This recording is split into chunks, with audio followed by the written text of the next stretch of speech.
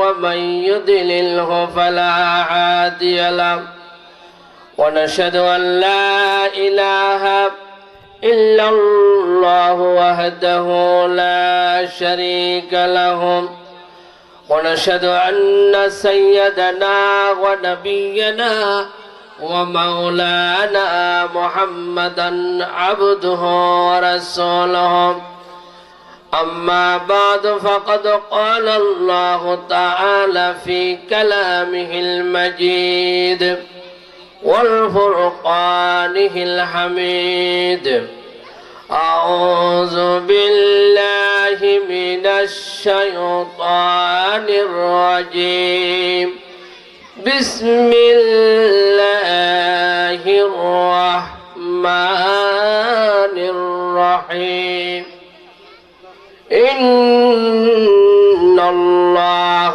وملائكته يصلون على النبي يا أيها الذين آمنوا صلوا عليه وسلموا تسليما اللهم صل على سيدنا مولانا محمد وعلى آل سيدنا مولانا محمد সবাই একটু জোরে জোরে বলেন আল্লাহুম্মা সাল্লি আলা সাইয়্যিদিনা মাওলানা মুহাম্মদ ওয়া আলা আলি সাইয়্যিদিনা মাওলানা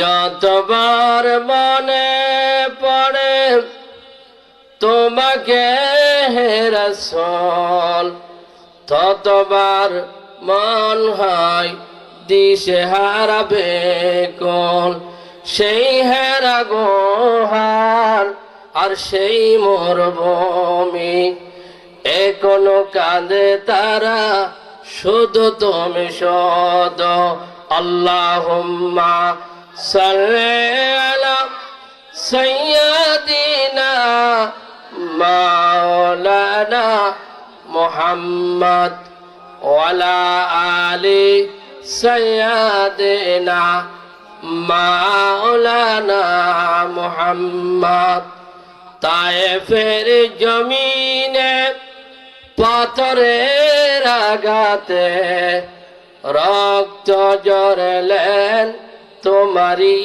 গায়েতে ভুলে গেছি মোরা তোমারই বিধান নামেতে শুধু মোরা মুসলমান আল্লাহুম্মা সাল্লি আলা সাইয়্যিদিনা মাওলানা মুহাম্মদ ওয়া আলা আলি সাইয়্যিদিনা মাওলানা সালাতুন ইয়া রাসূলুল্লাহ আলাইকুম সালামুন ইয়া হাবিবাল্লাহ মুহাম্মদ হার গজনা গুফতা তানবী মুহাম্মদ হার গজনা গুফতা তানবী সালাতুন ইয়া রাসূলুল্লাহ আলাইকুম সালামুন ইয়া হাবিবাল্লাহ আল্লাহুম্মা আমিন ربنا ظلمنا أنفسنا وإن لم تغفر لنا وترحمنا لنكونن من الخاسرين رب العالمين আজকের এই পবিত্র বৃহস্পতিবার দিবাগত আল্লাহ জুমার রাতের শুরুতে আল্লাহ রব্বুল আলামিন ঐতিহাসিক পঞ্চমতম বিশাল ওয়াজ মাহফিলের আল্লাহ রব্বুল আলামিন কোরআন হাকিম তেলাওয়াতের মাধ্যমে আজকের এই ওয়াজ সকাল থেকে শুরু হয়েছে। মাহবুব রব্বুল আলামিন তুমি আজকের এই মাহফিলকে তুমি কবুল করে নিও আল্লাহ। রব্বুল আলামিন এই মাহফিলের আয়োজন যারা করেছেন, সহযোগিতা যারা করেছেন, টাকা দিয়ে, পয়সা দিয়ে, পরামর্শ দিয়ে, আল্লাহ বুদ্ধি দিয়ে বিভিন্ন ভাবে সহযোগিতা করেছেন, তুমি কিয়ামতের দিন, মুসিবতের দিন আমাদের জন্য এই মাহফিলকে নাজাতের উসিলা দান করে দিও আল্লাহ রব্বুল আলামিন। উলামায়ে কিরাম যাদেরকে দাওয়াত দেওয়া হয়েছে আল্লাহ, তাদেরকে সুস্থভাবে আমাদের মাহফিলে আসার তৌফিক দান করে দিও আল্লাহ। মেহমান বিন্দু যাদেরকে দাওয়াত করেছেন সবাইকে আল্লাহ তুমি সুস্থভাবে মাহফিলে আসার তৌফিক দান করে দিও আল্লাহ রব্বুল আলামিন। আজকের এই মাহফিল শুরু থেকে শেষ পর্যন্ত আল্লাহ সমস্ত ব্যবস্থাপনার দায়িত্ব তুমি রব্বুল আলামিন তুমি গ্রহণ করে নিও আল্লাহ রব্বুল আলামিন। আল বারাকা যুব সংঘের সকল সভাপতি, সাধারণ সম্পাদক, উপদেষ্টা, সকল সদস্যবৃন্দদেরকে আল্লাহ তুমি কবুল করে নিও আল্লাহ। এই মাহফিলের উসিলায় আমি তুমি রব্বুল আলামিন তাদের হায়াতের মধ্যে বরকত দান করে দিও আল্লাহ। রব্বানা তাকাব্বাল মিন্না ইন্নাকা আনতাস সামিউল আলিম ওয়া তুব আলাইনা ইন্নাকা আনতাত তাওয়াবুর রহিম ওয়াজআল আখির কালামিনা আস্তাগফিরুল মাউত লা ইলাহা ইল্লাল্লাহু মুহাম্মাদুর রাসূলুল্লাহ। সম্মানিত সভাপতি, ২ নং দাঁতমারা ইউনিয়ন পরিষদের দুইবার নির্বাচিত জননন্দিত চেয়ারম্যান, স্বর্ণ পদকপ্রাপ্ত আমাদের এলাকার গৌরব জনাব মোহাম্মদ জানে আলম সাহেব সভাপতি হিসাবে আজকে মাহফিলে উপস্থিত থাকবেন। আজকের মাহফিলের সম্মানিত উদ্বোধক হিসাবে উপস্থিত রয়েছেন আমাদের সকলের শ্রদ্ধাভাজন, আমার শ্রদ্ধাভাজন মামা, এবং এই আমাদের মাহফিলের প্যান্ডেলের সম্মুখে তারাকো বনরূপা সরকারি প্রাথমিক বিদ্যালয় কমিউনিটি ক্লিনিকের দাদা সদস্য, এই সংগঠনের সম্মানিত দাদা সদস্য, বিশিষ্ট সমাজসেবক জনাব আলহাজ মোহাম্মদ এনামুল হক সাহেব দামাত বরকাতুল আলিয়া, আমার শ্রদ্ধাভাজন মামা, আল্লাহ ওনাকে তো হায়াতের তৈয়বা দান আমরা দোয়া করি। মাহফিলে প্রধান অতিথি হিসেবে উপস্থিত থাকবেন আলহাজ হেলাল মোহাম্মদ নুরি সাহেব, প্রধান মুফাসসির আমাদের সামনে আসবেন। মঞ্চে উপবিষ্ট রয়েছেন আমার শ্রদ্ধাভাজন শিক্ষক, ঐতিহ্যবাহী দ্বীনি শিক্ষা প্রতিষ্ঠান দাঁতপাড়া মঈনুল উলুম দাখিল মাদ্রাসার সম্মানিত সিনিয়র মুদাররিস, অসংখ্য আল ওস্তাদুল উলামা, যাদের ত্যাগের বিনিময়ে আজকে আপনাদের সম্মুখে কিছু কথা বলার সুযোগ দান করেছেন জনাব মাওলানা আলহাজ আব্দুল সত্তার সাহেব, বারাকাল্লাহু ফি হায়াতি, মঞ্চ বিশিষ্ট উলামায়ে কিরাম,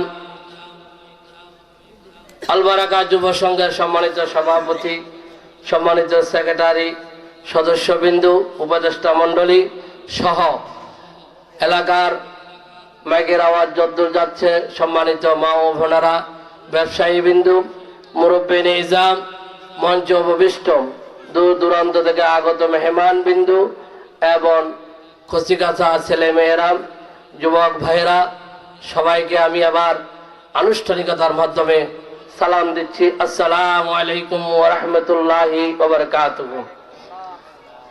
আমরা মহান আল্লাহ তাআলার দরবারে শুকর আদায় করি যে আল্লাহ রাব্বুল আলামিন আমাদেরকে আজকের এই মাহফিলে এসে কিছু কথা বলার জন্য তৌফিক দান করেছেন। আমরা সবাই আলহামদুলিল্লাহ দরুদ ও সালাম পেশ করেছি মানবতার মুক্তির দূত সৈয়দুল মুরসালিন বিশ্বনবী জনাব মুহাম্মদুর রাসূলুল্লাহ সাল্লাল্লাহু আলাইহি ওয়াসাল্লামের উপর। সম্মানিত হাজিরিন, আল্লাহ তাআলার কোরআনুল কারীম সমস্ত মানবতার জন্য, সমস্ত মানব জাতির জন্য হেদায়েতের জরিয়া নিয়ে আমাদের সামনে এসেছেন। আজ থেকে 1400 বছর সকল নবীদের সর্দার বিশ্বনবী জনাব মুহাম্মদুর রাসূলুল্লাহ সাল্লাল্লাহু আলাইহি ওয়াসাল্লামের মাধ্যমে আজকে আমাদের কাছে আল কোরআন কোনো পরিবর্তন ছাড়া হুবহু আমাদের কাছে এখনো বিদ্যমান রয়েছে। ইনশাআল্লাহ কিয়ামত পর্যন্ত থাকবে। আমি শুরুতে মাহফিল বাস্তবায়ন কমিটিকে ধন্যবাদ জানাই এই কারণে, এই সমস্ত যুবক ভাইরা আমি যাদেরকে দেখেছি 25 বছরের উপরে, কারো বয়স হবে না আনুমানিক, এরা চাইলে পরে এখানে একটা খেলার আয়োজন করতে পারত, চাইলে একটা মেলার আয়োজন করতে পারত, কিন্তু তাদের বড় মহব্বত লেগেছে। আজকে ৫ম তাফসীরুল কুরআন মাহফিল, প্রতি বছরের ন্যায় তারা এই মাহফিলের আয়োজন করে আজকে প্রায় 1 মাস আগে, অনেক আগে থেকে প্রস্তুতি, প্রিপারেশন, বিভিন্ন এই দাওয়াত। আল্লাহ পাক তাদের এই শ্রম, তাদের এই মেহনতকে কবুল করে নিন, আমরা সবাই আমিন। আজকে যদি এখানে মাহফিলের আয়োজন না করে যদি একটা গানের অনুষ্ঠান করা হতো, সম্ভবত এই প্যান্ডেলে জায়গা দেওয়াটা মুশকিল হয়ে যেত, ঠিক কিনা বলুন? কিন্তু মাহফিল হওয়ার কারণে মানুষ, শয়তান তো আল্লাহর কাছে যখন জান্নাত থেকে বহিষ্কার হয়েছে, শয়তান আল্লাহর কাছে চ্যালেঞ্জ ছুড়ে দিয়েছ, আমি তোমার বান্দাদের থেকে ডান দিক থেকে হামলা করব, বাম দিক থেকে হামলা করব, সামনে থেকে হামলা করব, পিছন থেকে হামলা করব। কে বলেছে কথা? শয়তান। মাহফিলে যেও না, এই ধরনের মনের মধ্যে ওয়াসওয়াসা দিয়ে থাকে। এই শয়তান 2 কিসিমের। কয় কিসিম? আমরা সবাই জানি, মিনাল জিন্নাতি ওয়ান নাস। মানুষ শয়তান রয়েছেন, আর একটা হলো জিন শয়তান রয়েছে। এই জন্য আল্লাহর নবী বলেছেন সূরা নাস মাগরিবের পরে পড়ার জন্য, এবং ফজরের সালাতের পরে আল্লাহ রাসূলের সুন্নত তরিকার মধ্যে সূরা নাস পড়তেন। উম্মতরা যেন এগুলো আমল করে। শয়তান আজকে আমাদেরকে ইসলাম থেকে, কোরআন থেকে দূরে সরিয়ে নেওয়ার জন্য আমাদের লেগে আছে। সম্মানিত হাজিরিন, আমাদের ভূমিকা বেশি কথা বলে লাভ নাই। কুরআনুল কারীম থেকে আল্লাহর কাছে দোয়া চাই। আমার কোনো ইলমি যোগ্যতা নাই, কোনো দিক থেকে যোগ্যতা নাই। আপনারা মহব্বত করে আমাকে প্রায় প্রতি বছরই প্রায় আমি এখানে দাওয়াত পেয়েছি, আলহামদুলিল্লাহ। এর শুকরিয়া আদায় করে আমি শেষ করতে পারবো না। কিছু কথা বলার সুযোগ হয় তো আল্লাহ তাআলার কাছে দোয়া করি, যা কথা বলবো সবগুলো আল্লাহর কোরআন থেকে বলবো, রাসূলুল্লাহর অসংখ্য হাদিস থেকে। আল্লাহ 2-1টা কথা বলার তৌফিক দান করুন, আমিন। আল্লাহর নবী বলেছেন, মান ক্বালা বিহি সাদাকা, যে ব্যক্তি কোরআন থেকে কথা বলেছে সে সত্য কথা বলেছে। সুবহানাল্লাহ বলেন। আল্লাহ রাব্বুল আলামিন সূরা মায়েদা 87 নম্বর আয়াতের লাস্টের দিকে বলেছেন, ওমান আসদাকু মিনাল্লাহি হাদিসা, আল্লাহর কথার চাইতে সুন্দর কথা, আল্লাহর কথার চাইতে সত্য কথার কার হতে পারে? সুবহানাল্লাহ বলেন সবাই।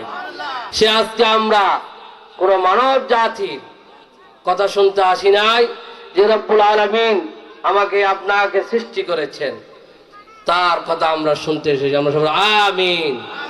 আমরা যদি একটা ফ্লোরে বসে আছি, কেউ এখানে বসে আছে, সেদিকে বসে আছি, হযরত আলী কাররামাল্লাহু ওয়াজহাহু তিনি বলেছেন, মাজালিসুল ইলমি ইয়া রাউযাতুম মিনাল জান্নাহ। সুবহানাল্লাহ বলবেন। হযরত আলী রাদিয়াল্লাহু তাআলা আনহু বলেন, যেইখানে কোরআনের আলোচনা করা হয়, দ্বীনের আলোচনা যেইখানে করা হয়, সেটা একটা সাধারণ জায়গা থাকে না, সেটা জান্নাতের একটা বাগানে পরিণত হয়। সুবহানাল্লাহ। সুতরাং আমরা জান্নাতের বাগানে বসে আছি, যতক্ষণ পর্যন্ত এখানে আলোচনা হবে, কোরআন থেকে কথা বলবেন, কোনো ব্যক্তি, কোনো আলেম নিজের মন করা কোনো কথা বলার কোনো সাধ্য নাই। তো রব্বুল আলামিন আমাদেরকে সব চাইতে দুনিয়ার নিয়ামত আমরা বুঝি কি?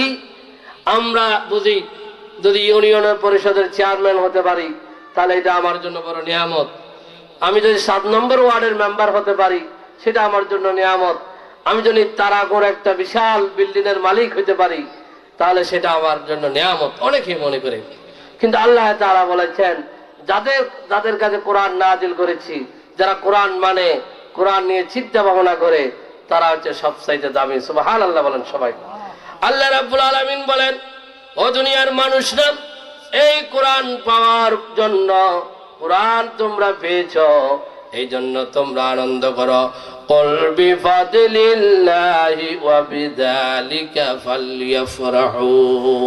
নবী আপনি আপনার উম্মতদেরকে জানিয়ে দিন, কুল বিফাদলিল্লাহি, তারা যেন আল্লাহর কোরআন পাওয়ার কারণে তারা যেন আনন্দ করে।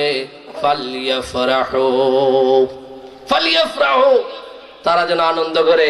এই জন্য আমাদের আনন্দটাই হবে ইবাদতের মাধ্যমে। আনন্দটা কি হবে? আমরা কোরআন নাযিল হয়েছে কোন মাসে? ইন্না আনজালনাহু ফি লাইলাতিল শাহরু রমজান আল্লাযী উনজিলা ফীহিল কুরআন। কোরআন যেই রমজান মাসে নাযিল হয়েছে, আল্লাহ রাব্বুল আলামিন অন্য অন্য মাসের চাইতে রমজানুল মুবারকের মাসের মর্যাদা বাড়িয়ে দিয়েছে, ঠিক কি না?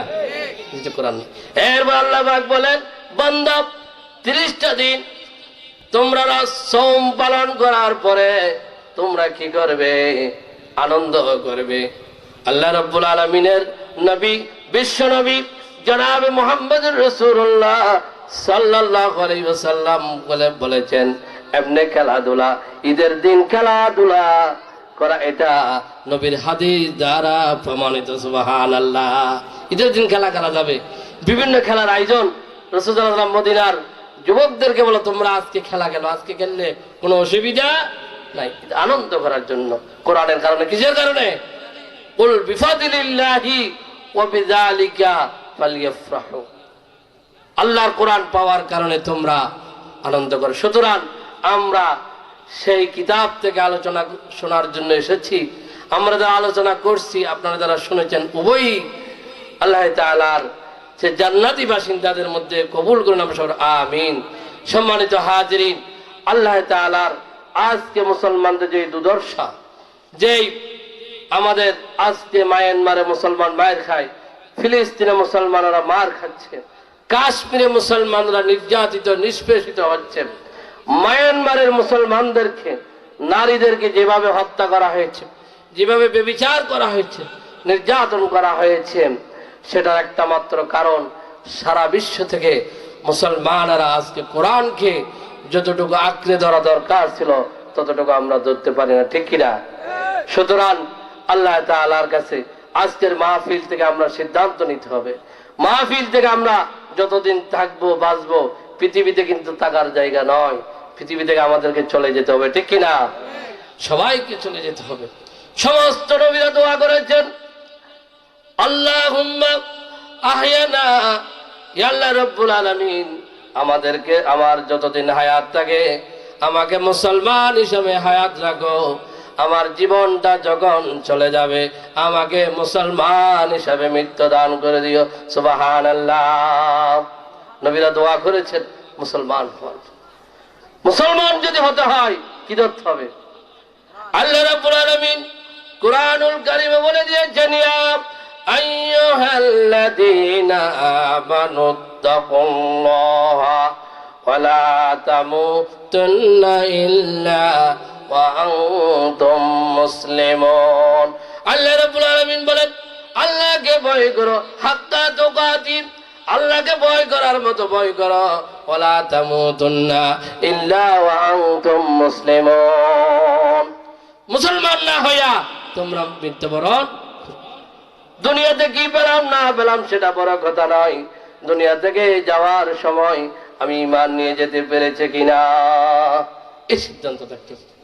ইমাম আবু হানিফা দোয়া করতেন, আল্লাহ রাব্বুল আলামিন, হযরত ইমাম আবু হানিফা আল্লাহর কাছে দোয়া করতেন। কি করতেন? আবু হানিফা বুদ ইমামে বাসাফা আসিরাজে উম্মতানে মুস্তাফা। ইমাম আবু হানিফা উম্মতের জন্য কান্ডারি। তিনি আযহাবা নূরে ঈমান নম্বরি, আল্লাহ আমাকে দুনিয়া থেকে নেওয়ার সময় ঈমানের সাথে আমার মৃত্যুটা দান করে দিও। এই দোয়াটা কে করতেন? ইমাম আবু হানিফা। সম্মানিত হাজিরিন, সে কোরআন থেকে আমাদেরকে কথা বলার, আপনাদেরকে শোনার তৌফিক দান, আমিন। এই মাহফিল আজকে হবে, কালকে এখানে যদি আপনি সারা রাত বসে থাকেন মাহফিল হবে? অনেক টাকা পয়সা খরচ করে, অনেক টাকা, অনেক শ্রম। বর্তমান যুগে একটা মানুষ দৈনন্দিন যদি কাজ করে শ্রম দেয় 500 টাকার নিচে কারো বেতন নাই, ঠিক কিনা? এত কষ্ট করার পর আমার ভাইরা, যুবক ভাইরা লেখাপড়া, ব্যবসা বাণিজ্য তারা ছেড়ে দিয়ে মানুষের দ্বারে দ্বারে বাজারে গিয়ে মানুষকে দাওয়াত করেছেন, মাহফিলের জন্য কালেকশন করেছেন। এখনো আমাদের মাহফিল, বিশাল প্যান্ডল, মানুষ নাই, বসে আছে দোকানে পাটে। এই যে আমরা আল্লাহ তাআলার কোরআনের আওয়াজ যখন মুমিনদের সামনে হয়, তাদের ঈমানটা বৃদ্ধি পেয়ে যায়, ঠিক কিনা? তা আমার কথা নাকি কোরআনের কথা? সূরাতুল আনফালের শুরুতে বলেছেন, ইন্নামাল মুমিনুনা আল্লাযীনা ইযা যুকিরাল্লাহু ওয়াজিলাত কুলুবুহুম ওয়া ইযা তুলিয়াত আলাইহিম আয়াতুহু যাদাতুহুম ঈমানা। যখন তাদের সামনে কোরআনুল কারীম তেলাওয়াত করা হয়, তাদের ঈমানটা বৃদ্ধি পেয়েছে। সুবহানাল্লাহ। আজকে আমাদেরকে ঈমান কিভাবে, মুসলমানরা যখন ইসলাম থেকে, কোরআন থেকে দূরে সরে যায় আকাশ সংস্কৃতির মাধ্যমে। আজকে এমন কোন চা দোকান নাই যেখানে সিরিয়ালের অনুষ্ঠান নাই, স্টার জলসা নাই। এইগুলা দিয়া মুসলমানেরা ঈমান থেকে দূরে সরে যাচ্ছে, ঠিক কিনা?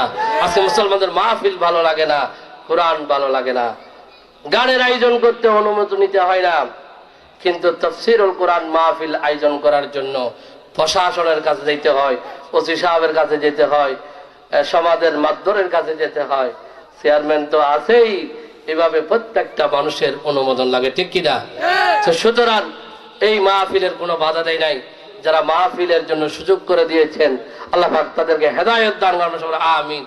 সম্মানিত হাজিরিন, আমি ভূমিকা বেশি কথা না বলে কোরআনুল কারীমের সূরা বনী ইসরাঈলের একটা আয়াত, 23 নম্বর আয়াতের মাধ্যমে আমার আলোচনা শুরু করতে চাই।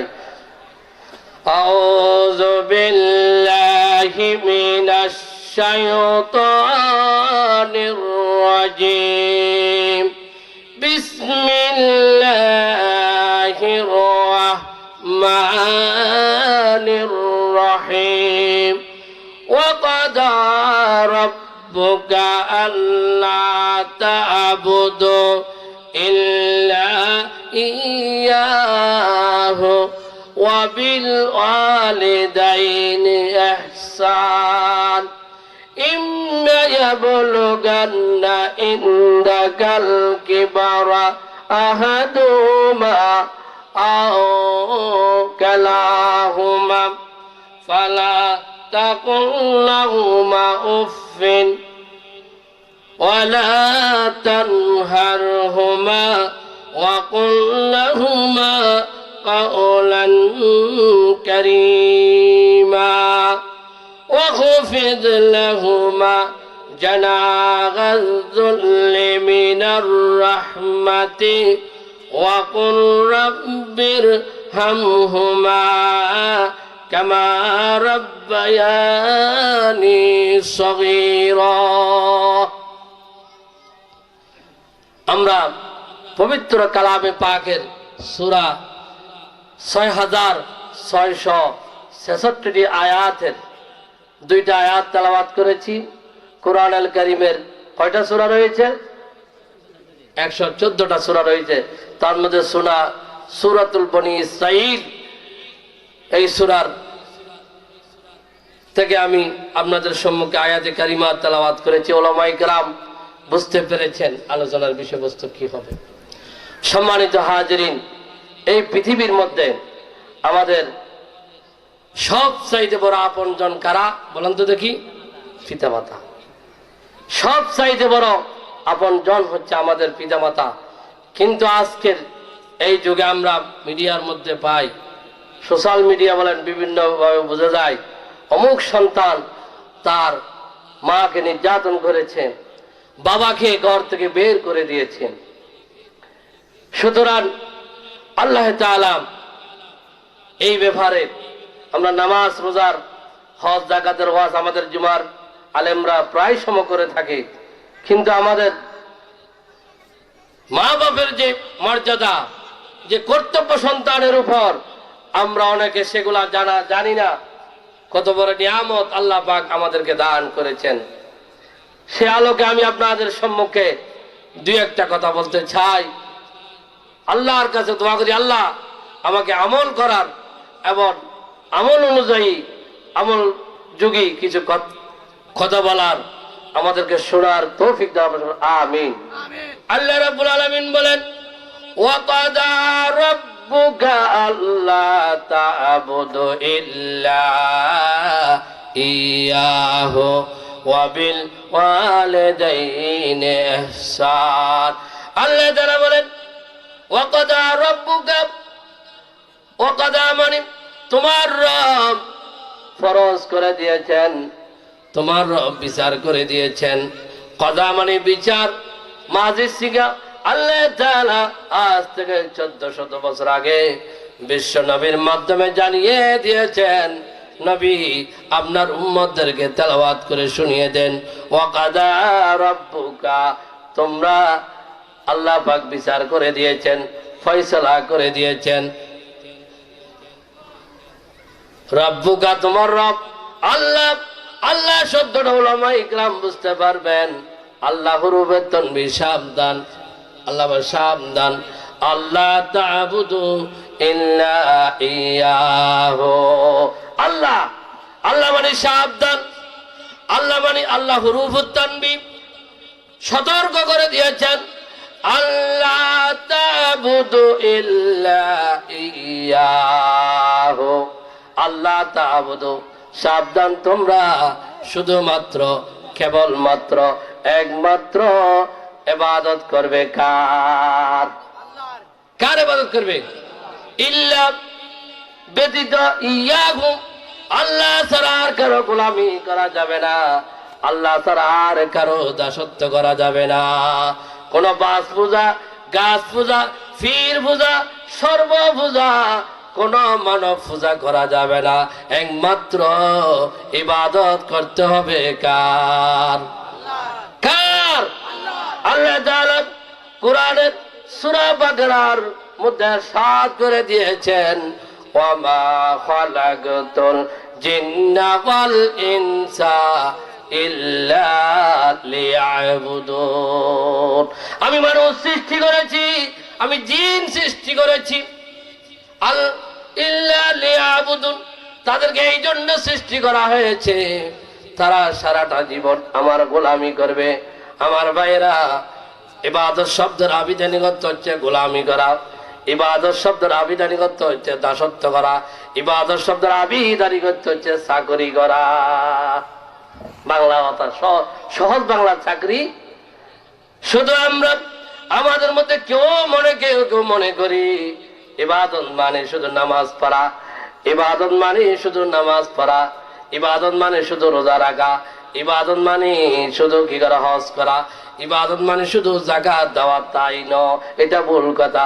জীবনের শুরু থেকে শেষ পর্যন্ত আল্লাহর বিধান অনুযায়ী, রসুলের সুন্নত অনুযায়ী জীবন পরিচালনা করার নামটা হচ্ছে ইবাদত। ঠিক কিনা? আমরা অনেকে নামাজ পড়ি, হজ করি, যখন ব্যবসা করতে গি তখন সেইখানে আমি গোজামিলের আশ্রয় নিই। ঠিক কিনা? আমি যখন সমাজে অর্থনৈতিক লেনদেন যখন করতে যাই তখন আল্লাহর ইবাদতের কথা আমার মনে থাকে না। এখানে ইবাদত, জীবনের সব ক্ষেত্রে ইবাদত করতে হবে। কারণ শুধু আমরা নামাজটাকে যদি ইবাদত মনে করি তাহলে দৈনিক 5 ওয়াক্ত নামাজ পড়তে 1.5 ঘন্টা সময় লাগে। কয় ঘন্টা? আর বাকি কয় ঘন্টা সময় রয়ে গেল? 22.5 ঘন্টা নাকি 23.5 ঘন্টা? 22.5 ঘন্টা সময় রয়ে গেল। 22.5 ঘন্টাটা কার গোলামি করলাম? ঘুম আমার ইবাদত, মেহমানদারি করা আমার ইবাদত, ছেলে সন্তানকে লেখাপড়া করা আমার ইবাদত, মা বাবার খেদমত করা আমার ইবাদত। ঠিক কিনা? এই বিষয়ে কথা বললে আমি যে বিষয় ঠিক করেছি ওই বিষয়ে কথা বলতে পারবো না। এই জন্য অন্ততপক্ষে জেনে রাখতে হবে আমাদের জীবনের সব ক্ষেত্রে সবগুলা হচ্ছে ইবাদত। ইসলাম সব বিষয়ে কথা বলেছে। ইন্নাদ-দীনা ইনদাল্লাহিল ইসলাম, এমন কোনো বিষয় নাই যে কথা ইসলাম বলে নাই। Islam is not only a religion, but it is good of life. ইসলাম শুধুমাত্র কেবলমাত্র একটা ধর্মের নাম নয়, ইসলাম হচ্ছে গোটা একটা জীবন, পরিপূর্ণ জীবন ব্যবস্থার নাম, ঠিক কিনা বলুন? কিভাবে রাজনীতি করতে হবে, কিভাবে বিচার ফয়সালা করতে হবে, সব কথা আমার ইসলাম বলে দিয়েছে। এই জন্য আল্লাহ রাব্বুল আলামিন বলে দিয়েছেন, বান্দা যে মসজিদে তুমি আল্লাহকে মেনে নিয়েছো, মসজিদের বাইরে যখন যাইবা তোমার সমাজ পরিচালনার ক্ষেত্রে আল্লাহকে মেনে নিতে হবে, ঠিক কিনা? সামনে ভোট আসতেছে, সেখানে বোঝা যাবে ইমানের পরীক্ষা কতটুকু, ঠিক কিনা বলুন? সম্মানিত হাজিরিন, এই জন্য আমাদের জীবনের প্রত্যেকটা ক্ষেত্রেই আমরা দেখে শুনে আমাদের জীবনটাকে পরিচালনা করতে হবে। আমরা হতভাগ্য জাতি, আমরা মসজিদের ইমাম রাখার সময় তার দাড়ি ঠিক আছে কিনা, ঘেরাট ঠিক আছে কিনা, আমল সুন্দর আছে কিনা, তার স্ত্রী পর্দা করে কিনা, সবকিছু আমরা দেখি, ঠিক কিনা? কিন্তু সমাজের মেম্বার বাড়ার সময় আমরা দেখি না, কাকে আমরা ভোট দিই, ঠিক কিনা? দুর্ভাগ্য জাতি আমরা, বুঝি না। আল্লাহ তাআলা এই জন্য আফসোস করে বলেছেন, ইন্না জাহান্নামা কাসীরাম মিনাল জিন্নি ওয়াল ইনসি লাহুম কুলুবুন লা ইয়াফকাহুনা বিহা। অধিকাংশ মানুষ জাহান্নামে যাবে এই কারণে যে তাদের অন্তর দিয়েছি, অন্তর দ্বারা তারা সত্যটাকে উপলব্ধি করতে পারে না। অন্তর দিয়েছি, তারা বুঝে না। আমরা কোরআন বুঝি না, অথচ কানাডার একজন খ্রিস্টান ধর্ম যাজক, নাম তার গ্যারি মিলার, তিনি কোরআনে ভুল ধরতে গিয়ে কোরআনে ভুল খোঁজার জন্য গবেষণা শুরু করে দিয়েছেন। ফলে সেই বন্য আরবের বনের সঙ্গে সে মরুভূমির উপরে যে কোরআন নাজিল হয়েছে, তারা বলে এটা বড় কিতাব, দেখি কোরআনে ভুল আছে কিনা। সে গবেষণা শুরু করে দিল। গবেষণা করতে করতে যখন কোরআনে সূরা নিসার 82 নম্বর আয়াতে যখন গেল, আফালা ইয়াতাদাব্বারুনাল কুরআন, এই আয়াতে যখন গেল, তারা কি কোরআন বুঝে না? আল্লাহ তাআলা বলে দিয়েছে, এই কোরআন যদি আল্লাহ ছাড়া অন্যর পক্ষ থেকে নাজিল হতো তাহলে সেখানে অনেক মতানৈক্য দেখা দিত। এই আয়াত নিয়ে গবেষণা করার পরে সেই আরো গবেষণা করেছে যে নবীর উপরে কোরআন নাজিল হয়েছে তার নাম কোরআনে আছে কতবার? মাত্র 4 বার। আর হযরত ঈসা আলাইহিস সালামের নাম আছে অনেকবার। সুবহানাল্লাহ বলেন। নিশ্চয় এটা কোন দুনিয়ার কোন লেখক যে মানুষরা বলতে যেটা মুহাম্মদের রচিত কিতাব, তখন সেই ইসলাম ধর্ম গ্রহণ করে। সুবহানাল্লাহ বলেন।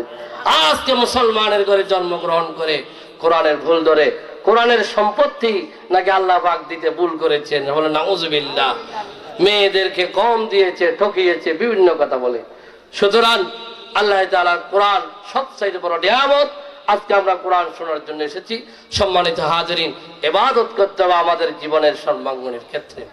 এরপর আল্লাহ তাআলা বলেন, আল্লাহ রাব্বুল আলামিন আল্লাহর গোলামি করার পরে বলে দিয়েছেন, ইল্লা ইয়াহু ওয়া বিল ওয়ালিদাইনি ইহসান।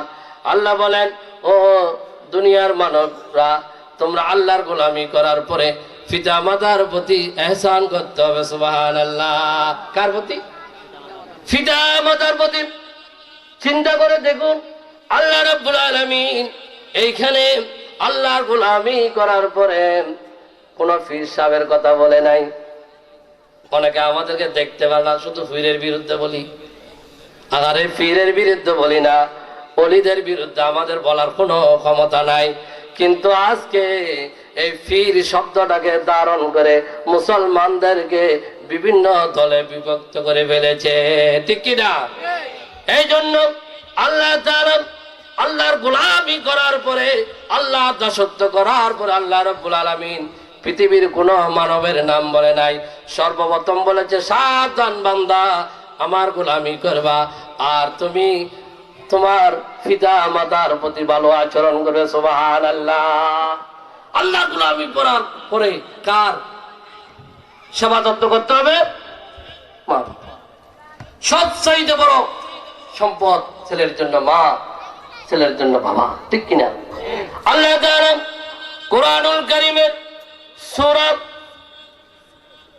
লোকমানের 14 নম্বর আয়াতে আল্লাহ তাআলা ঘোষণা করে দিয়েছেন ওয়া ওয়াসাইনাল ইনসানা বিওয়ালিদাইহি হামালাতুহু উম্মুহু ওয়াহানান আলা ওয়াহানিন ওয়া ফিসালুহু ফি আমাইন।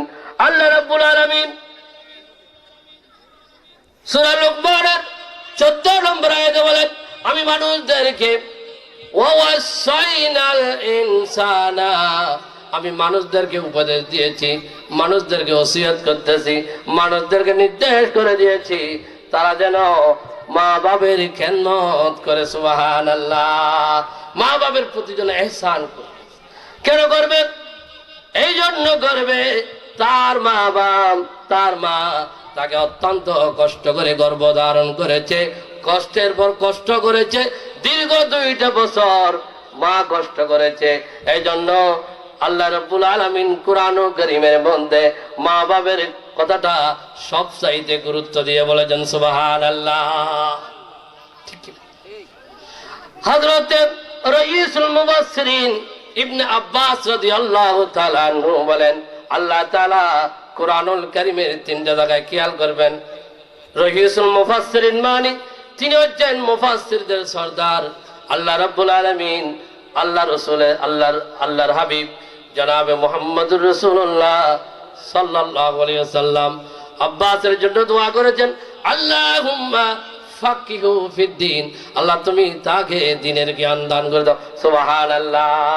এই জন্য তার মতের বিরুদ্ধে যদি কারো মত হয়, আব্দুল্লাহ ইবনে আব্বাস যেই মত দেয় কোন একটা কোরআনের আয়াতের তাফসীর যেটা করে তার বিপরীত যদি আর কেউ দেয় সেটা গ্রহণযোগ্য হবে না।